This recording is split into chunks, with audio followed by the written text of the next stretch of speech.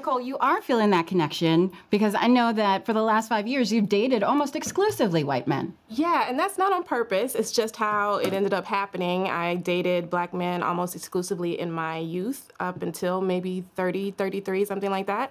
But I don't have a problem dating whoever's going to take care of me, whoever's going to treat me well, whoever treats the people around me well, whoever is a good person. I'm just like, I try to be open and open-minded about who I can have in my life, and I don't want to limit myself that way because I think good people are good people. Mm-hmm. Yeah.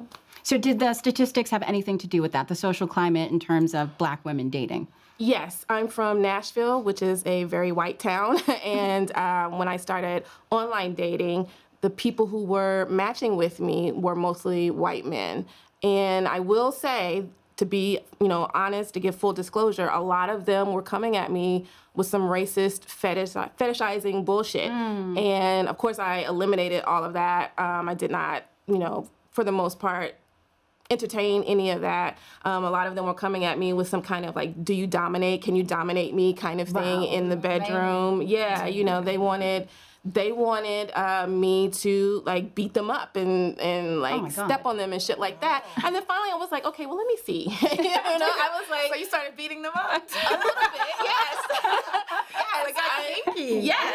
I let somebody be my sub, my submissive, the person that I like kept on his knees all the time. And I like that. And so that helped me discover a part of myself that I kind of knew about, but wasn't allowed to explore in my relationships with black men because, of course, they're into like, they were into like tying me up. But when I was like, okay, well, let me tie you up, they were like, no, we're not doing that.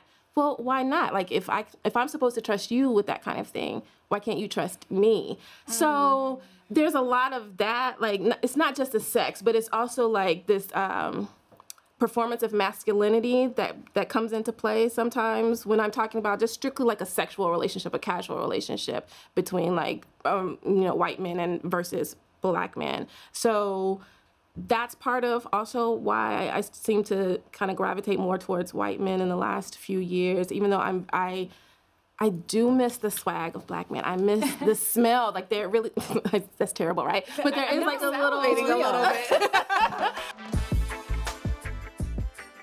You just watched a clip from the show that covers the culture like no other. For every episode, I assemble a panel of thinkers, activists, celebs, and outspoken experts to give us their unfiltered opinions on the topics that matter to Black America. This is elevated, intelligent, and uncensored discussion, representing every perspective. The conversations we have when we're the only ones in the room.